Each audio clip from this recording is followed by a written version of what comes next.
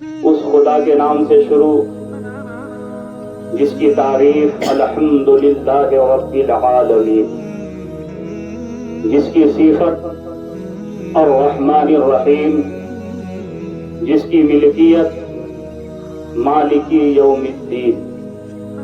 جس کی عبادت ایاک نعبد و ایاک نستعین، اور جس کے راستے پر چلنے والے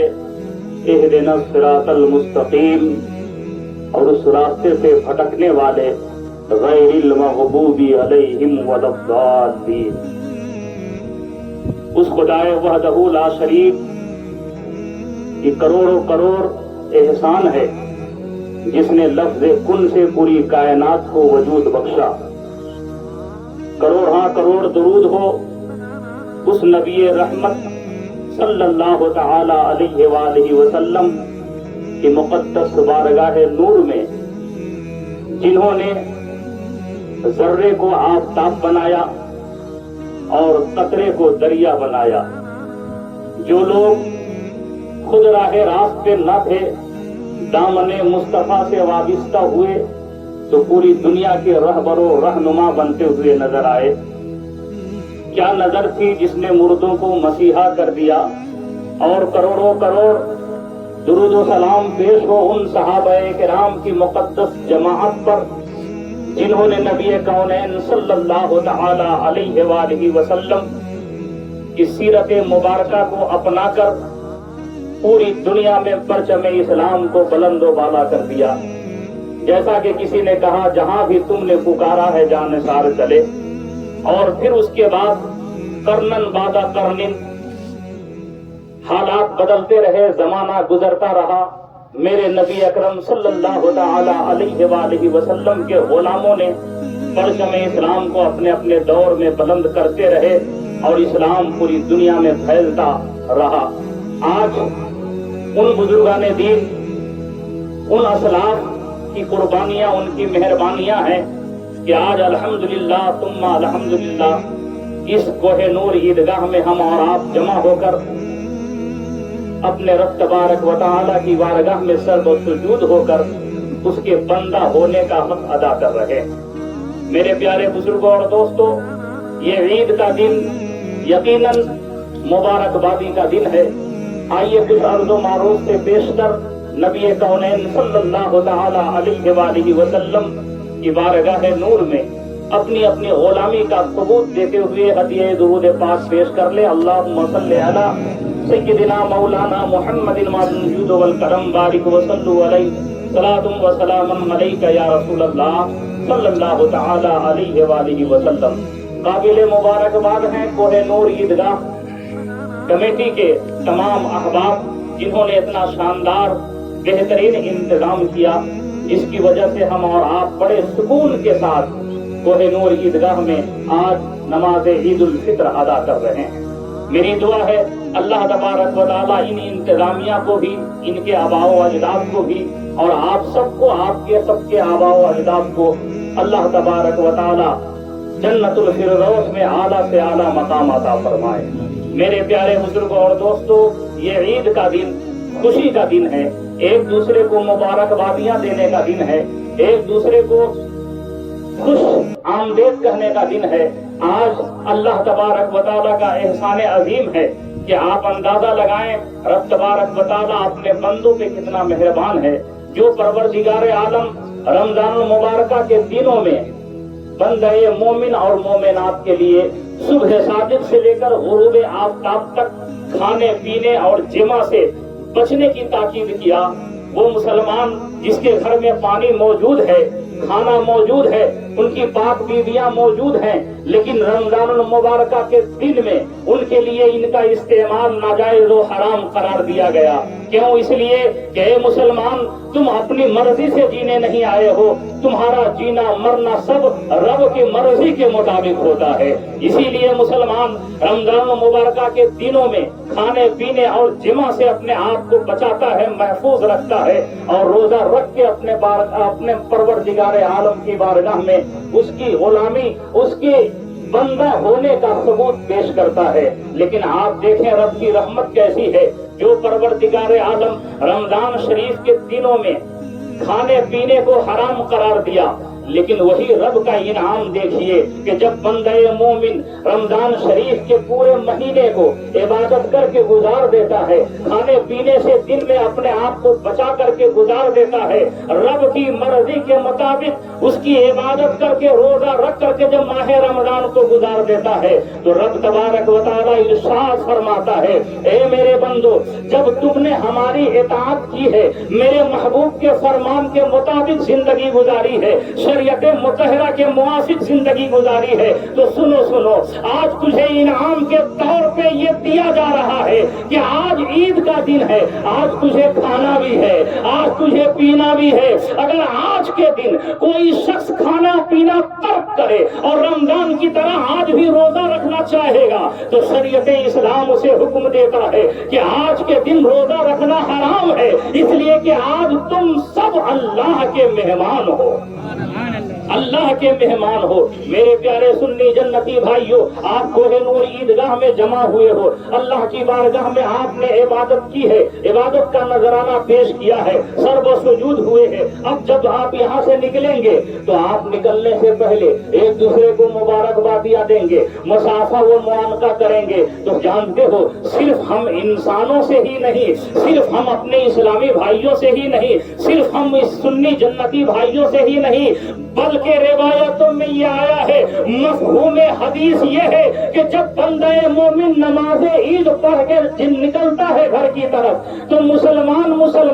آپس میں مصافحہ معانقہ تو کرتے ہی ہے، اللہ کے نوری فرشتے بھی اس کے استقبال کے لیے ہر نکڑ اور چوراہے پہ آج کے دن کھڑے ہوتے ہیں اور جانے والے مسلمانوں سے مصافحہ و معانقہ بھی کرتے ہیں، ان کو مبارکبادیاں بھی پیش کرتے ہیں۔ مسلمانوں یاد رکھو، تم کتنے خوش نصیب ہو کہ اللہ کے نوری فرشتے بھی تمہیں مبارکبادیاں پیش کر رہے ہیں آج کے دن۔ میرے پیارے بزرگوں اور دوستوں، اور سب سے بڑا انعام یہ ہے کہ جب بندہ مومن ماہ رمضان کے روزے رکھا، ماہ رمضان میں تراویح کی نمازیں پڑھی، اللہ کی عبادت کی، قرآن مقدس کی تلاوت کی، صاحب نصاب ہونے کی صورت میں زکوٰۃ ادا کیا، اپنے بال بچوں اور اپنے نفس کی طرف سے صدقہ فطر ادا کیا اور نماز عید ادا کر لی، تو اللہ تبارک و تعالیٰ کا دریائے رحمت جوش میں آتا ہے اور پروردگار عالم فرشتوں کو مخاطب کر کے ارشاد فرماتا ہے، اے فرشتوں بتاؤ اس مزدور کو کیا کیا جائے، اس مزدور کا کیا ہوگا جس نے اپنا کام مکمل کر لیا، جس نے اپنی پوری ذمہ داری کو نبھا لی۔ تو فرشتے عرض کرتے ہیں، مولا اسے پوری مزدوری دی جائے، اسے پوری مزدوری دی جائے۔ تو رب تبارک و تعالیٰ ارشاد فرماتا ہے، اے فرشتوں تم گواہ ہو جاؤ، یہ جتنے بندے مومن نے نمازیں پڑھی ہے، رمضان کے روزے رکھے ہیں، نماز تراویح ادا کی ہے، قرآن مقدس کی تلاوت کی ہے، حرام و حلال میں تمیز کیا ہے اور آج عید کی نماز ادا کی ہے، فرشتے گواہ ہو جاؤ، ہم نے ان کو بھی، ان کے ماں باپ کی بھی بخشش و مغفرت کر دیا۔ سبحان اللہ۔ میرے پیارے، تم آئے ہو عیدگاہ کے میدان میں، یہاں سے جب لوٹو گے تو بخش دیے جاؤ گے، یہاں سے لوٹو گے تیرے گناہوں کی مغفرت ہو جائے گی، تجھے جہنم سے آزادی کا پروانہ مل رہا ہے۔ تو میرے پیارے، اس کا مطلب یہ نہیں ہے کہ نماز عید کے بعد پھر ہم لہو و لعب میں مبتلا ہو جائیں، پھر ہم کھیل کود میں مبتلا ہو جائیں، پھر ہم نفس پرستی میں مبتلا ہو جائیں۔ نہیں میرے پیارے، آج کا یہ دن اتنا عظیم دن ہے کہ جتنے پورے رمضان المبارکہ میں اور رمضان کے دن افطار کے وقت میں اللہ تبارک و تعالی جتنے گنہگاروں کی بخشش و مغفرت فرمایا ہے، جتنے گنہگاروں کو جہنم سے آزاد کیا ہے، اس ٹوٹل تعداد کے مطابق اللہ تبارک و تعالی آج ایک دن میں گنہگاروں کی مغفرت فرمانے والا ہے، آج ایک دن میں جہنمیوں کو جہنم سے آزاد کرنے والا ہے۔ تو میرے پیارے، یاد رکھنا، اس خوشی کے موقع پہ نماز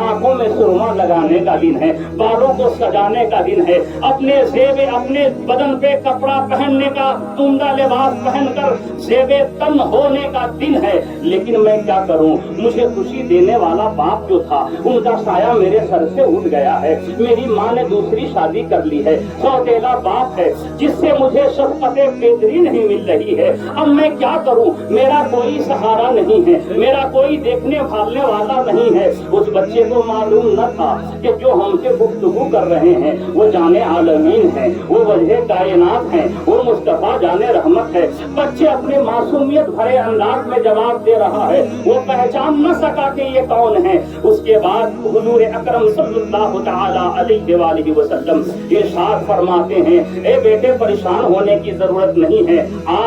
ہم تجھے عید کی مبارکبادی دیتے ہیں,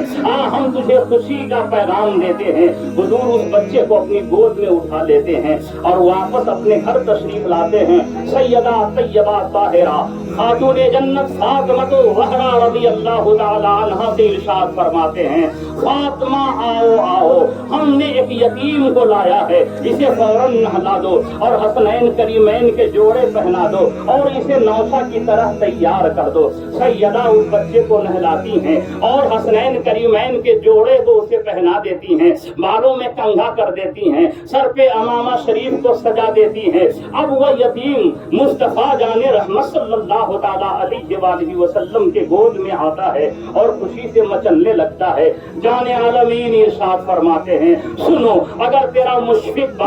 باپ دنیا سے چلا گیا ہے تو سن لو, آج سے اس احساس کمتری کو اپنے دل سے نکال دو. آج دنیا کے سب سے بڑے سہارا مصطفیٰ جانے رحمت کی گود میں تم بیٹھے ہوئے ہو. اور سنو, تیرا بھائی کوئی نہیں تو کیا ہوا, تیرے بھائی حسنین کریمین ہیں. ارے وہ حسنین کریمین جن کے تعلق سے اعلیٰ حضرت عظیم البرکت مجدد دین و ملت کنز الکرامت جبل الاستقامت آیت من آیت اللہ موزۃ من موزات النبی نے ایک شعر ایسا پیش کیا جس میں نبی کی بھی تعریف کی ہے, سیدہ خاتون جنت کی بھی تعریف کی ہے اور حسنین کریمین کا بھی ذکر ضمیل کیا ہے. اعلیٰ حضرت لکھتے ہیں, کیا بات ہے رضا اس چمنستان